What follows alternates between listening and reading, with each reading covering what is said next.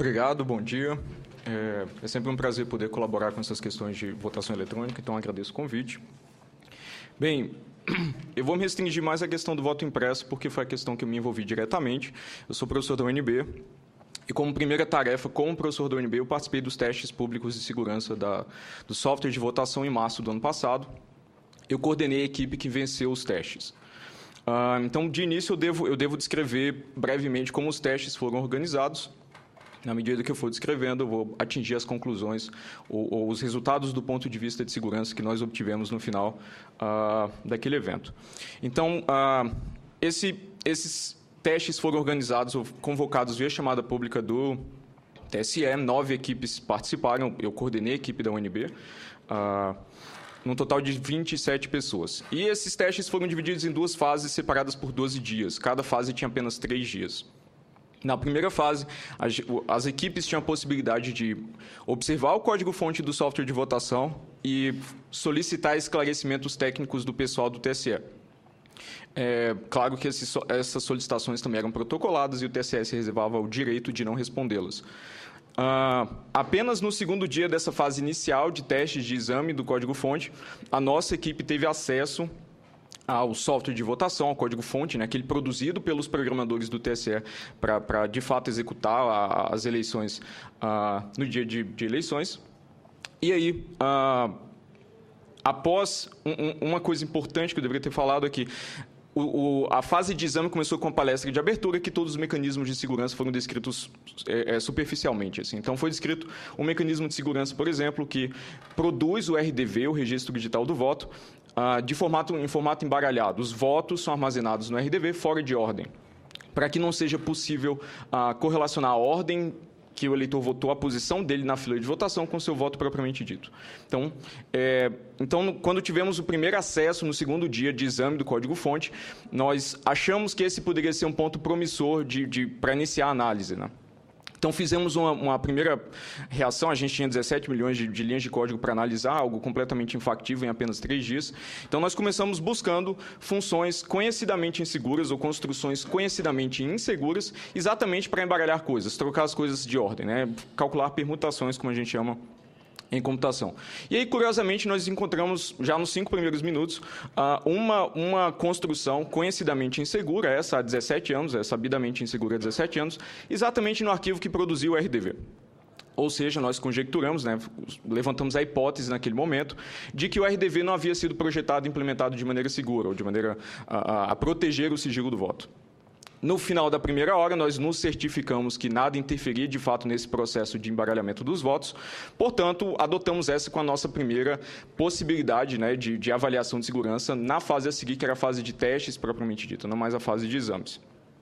Tivemos um total de 5 horas para analisar o código-fonte, então, nas 4 horas restantes, nós buscamos outras possibilidades, né, outras vulnerabilidades no código-fonte do software de votação, para talvez interferir com outros mecanismos de segurança da eleição. Por exemplo, a questão da integridade do voto, não apenas o sigilo, né? Então, tivemos um total de 5 horas de análise do código-fonte, onde, na primeira hora, já tínhamos uma hipótese muito forte de que o sigilo do voto não era devidamente protegido pelo software de votação em uso oficial, né, em uso nas urnas eletrônicas, que nos foi dito no início do evento, que seria o software utilizado nas eleições de 2012, né, do ano passado. Bem, terminada essa fase de exame, após os 12 dias de intervalo, começou a fase de testes propriamente dito. No final da fase de exame, nós produzimos 2 planos de teste, como o TSE chamou, que eram simplesmente descrições das metodologias que nós gostaríamos de colocar em prática na fase, de fato, de testes. Uma ligada ao sigilo do voto, utilizando essa vulnerabilidade até infantil que encontramos no embaralhamento dos votos, e outra relacionada à integridade dos resultados. No primeiro dia da fase de testes, propriamente ditos, nós colocamos o primeiro plano de testes que atacava o sigilo do voto, né? Tentava, de certa forma, recuperar os votos em ordem, para que, caso a ordem dos eleitores também fosse conhecida, fosse possível correlacionar com exatidão que eleitor votou em que candidato. E aí, no primeiro dia, nós executamos uma prova de conceito, né, elaboramos um certo protocolo com o TSE e conseguimos recuperar em ordem na eleição simulada e a partir apenas de informação pública, documentos públicos produzidos pela urna eletrônica, que são disponibilizados aos partidos após o final da eleição, conseguimos produzir ou restaurar ou reverter o embaralhamento com eleições até 21 eleitores. Cada eleitor nessas eleições simuladas dos testes votavam em 2 candidatos, então até 42 votos em ordem. No segundo dia, nos foi sugerido pelo TSE repetir a mesma metodologia com um volume realista de dados. Então, a gente passou o segundo dia inteiro, basicamente, executando o protocolo, não é, a nossa metodologia, para uma eleição com 475 eleitores. Um total de 950 votos. No final do segundo dia, após a verificação dos resultados por parte conjunta com o TSE, ficou claro que a gente conseguiu reverter a ordem de uma eleição com 950 votos, que aí já chega num volume realista. Esse número de 475 eleitores foi calculado pelo TSE como aplicando a média de comparecimento das eleições de 2010 ao tamanho médio das sessões eleitorais no país. Bem, no terceiro dia, nós redigimos o relatório descrevendo os resultados em conjunto com o TSE, o relatório do evento, né? E assim terminou o evento. Então, depois de algum tempo, houve a premiação simbólica e as repercussões. Então, se ainda não ficou claro, é importante que os votos sejam armazenados fora de ordem, porque se algum oficial de mesa, por exemplo, ou um fiscal de partido malicioso, ele consegue monitorar a ordem que os eleitores votam e ele é capaz de recuperar os votos em ordem após a eleição e de apenas examinando informação que não é privilegiada, informação pública, e consegue correlacionar exatamente que eleitor votou e quem. Uma outra vulnerabilidade advinda desse mesmo problema com o sigilo do voto é que um certo eleitor, ilustre ou não, que votou numa certa posição, num certo instante de tempo, por exemplo, às 10h30, pelo registro cronológico dos eventos armazenado pela urna eletrônica, também é possível conhecer a posição dele na fila de votação, né? Ele é a posição 50, por exemplo. Então, se você consegue recuperar os votos em ordem, é possível recuperar um voto específico, por exemplo, depositado na urna eletrônica às 10h30 da manhã, assim, sem absoluta nenhuma ambiguidade ou nenhuma exatidão. Nós recuperamos os 950 votos sem nenhum erro. Apesar de que, quando relatado na mídia, nossa abordagem tem sido apresentada como tentativa e erro. Nesse caso, foram uma tentativa, 0 erros. Assim. Então, de fato, não foi tentativa e erro. O procedimento não tinha, nosso ataque, né, nossa metodologia de ataque, não tinha a probabilidade de erro, era absolutamente determinística, como a gente diz, novamente em computação, e exigia apenas exame de documentos públicos.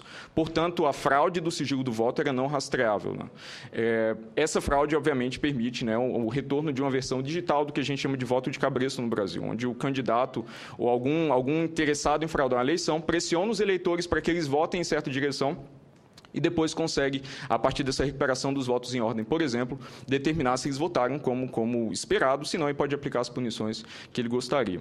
Bem, é claro que uma base de código desse tamanho, com a vulnerabilidade tão infantil, não teria apenas essa vulnerabilidade. Então, nas 4 horas restantes do exame do código-fonte, nós encontramos outros problemas, muitos deles, o que é mais preocupante, de projeto e não apenas de implementação. Né? Então, vários dos mecanismos de segurança no software de votação foram projetados de maneira incorreta.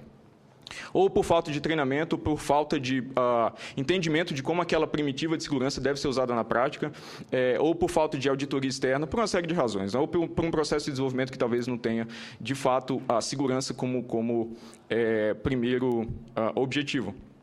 Então, nós produzimos, depois do final do evento, né, quando a repercussão dos resultados começou, um relatório de 40 páginas que está disponível na internet, já vai ser publicado como um capítulo de um livro acadêmico internacional, porque os nossos resultados tiveram repercussão internacional. Eu fui convidado a ministrar palestras no exterior e esse capítulo de livro foi convidado a ser publicado num livro acadêmico. E nós encontramos, voltando, né, alguns erros de projeto fundamentais exatamente na proteção da integridade dos resultados também. Então, para citar alguns exemplos, todas as urnas eletrônicas do país, em torno de 500 mil de equipamentos em operação, compartilham a mesma chave de segurança. Então, isso é a mesma coisa que 500 mil de pessoas no Brasil usarem a mesma fechadura na porta da casa. Assim. É absolutamente a mesma analogia. Se esse segredo, essa chave de segurança vaza uma única vez, é possível abrir o conteúdo de todas esse 500 mil de portas, ou no caso das urnas eletrônicas, de todos os outros, as memórias de todos os equipamentos em operação. Além disso, essa chave criptográfica, né, essa chave de segurança, ela é armazenada às claras, por exemplo, nos cartões de memória, que o TSE chama de cartões de carga, que são aqueles que instalam software nas urnas eletrônicas. Ou seja, não só o vazamento dessa chave tem impacto absolutamente devastador por permitir abrir os cartões de memória de todas as urnas em operação no país, como essa chave ainda é armazenada às claras no cartão de memória.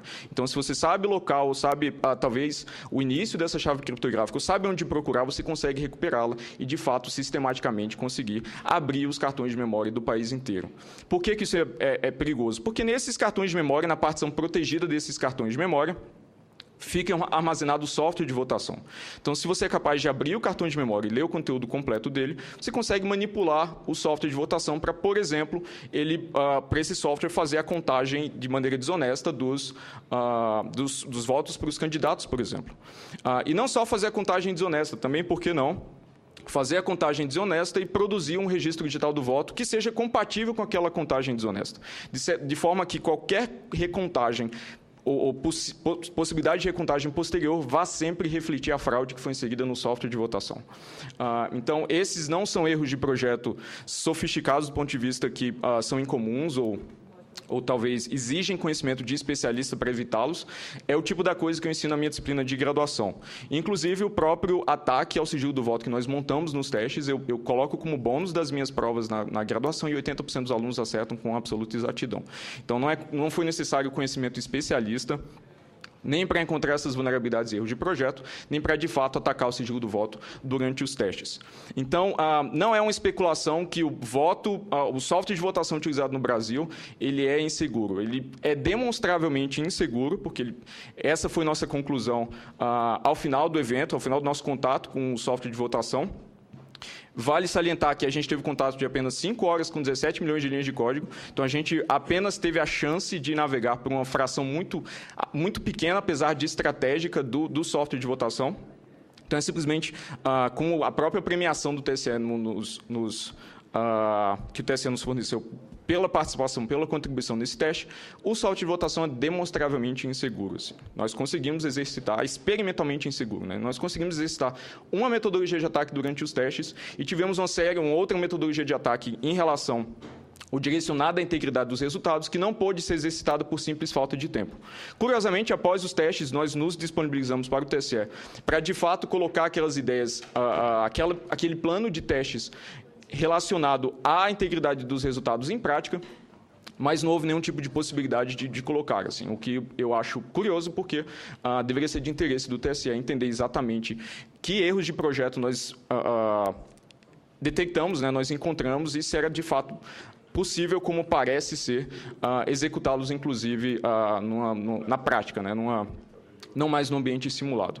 Então, dado que o software de votação é demonstravelmente inseguro ou contém erros de projeto e implementação detectados e verificados experimentalmente, é simples, a conclusão é simples, nós precisamos de um registro físico do voto que não seja acessível pelo eleitor, como já descrito anteriormente, para permitir a verificação independente por parte do eleitor, fiscais de partido e interessados, de que as contagens, né, os resultados produzidos pela urna eletrônica são, de fato, honestos. Assim. Nós precisamos de um outro mecanismo redundante. E é essa prática em todo o mundo. A Suprema Corte Indiana decretou, por exemplo, depois de avaliar o mecanismo do voto impresso em caráter experimental, decretou que nas eleições de 2014 todas as máquinas de votação lá devem ter o voto impresso. Essa foi uma decisão tomada na última semana, e segue na direção de todos os equipamentos de votação eletrônica do mundo. Assim. Todos os equipamentos de votação eletrônica do mundo produzem mais de um registro do voto em mídias diferentes para permitir exatamente recontagem, verificação de resultados. Assim. Então, não creio que seja admissível, ou não creio que as dificuldades práticas que são frequentemente citadas sejam obstáculos apenas no Brasil, né? Elas não são obstáculos em outros lugares do mundo. Então, por que impressoras ou qualquer armazenamento, qualquer outro tipo de mídia é problemático apenas no Brasil? Todos os países do mundo usam exatamente esse tipo de recurso, e é absolutamente consenso na academia de que é preciso, na academia internacional, inclusive, eu frequento eventos de votação eletrônica fora do Brasil, e é simplesmente consenso de que a gente precisa os países, né, os sistemas de votação precisam de mais de um registro do voto para permitir exatamente essa verificação independente de resultados. Isso é ponto absolutamente pacífico. Bem, outras conclusões que nós obtivemos a partir dessa interação, né, com o software de votação é que há uma ênfase muito grande em ofuscação e não em segurança de fato. Então, o TSE está muito preocupado em projetar mecanismos que sejam resistentes unicamente a que não tem informação detalhada do software de votação. Assim.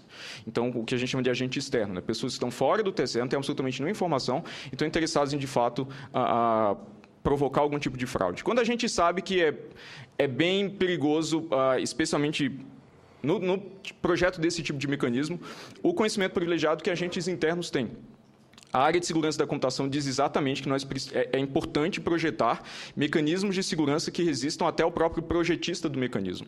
Porque um dia pode se tornar um agente malicioso ou um rival daquele mecanismo. Assim, você não pode confiar incondicionalmente nas pessoas. E no Brasil, nós temos confiado incondicionalmente no TSE como uma autoridade executora das eleições e num software de votação demonstravelmente inseguro, experimentalmente inseguro, para executar nossas eleições.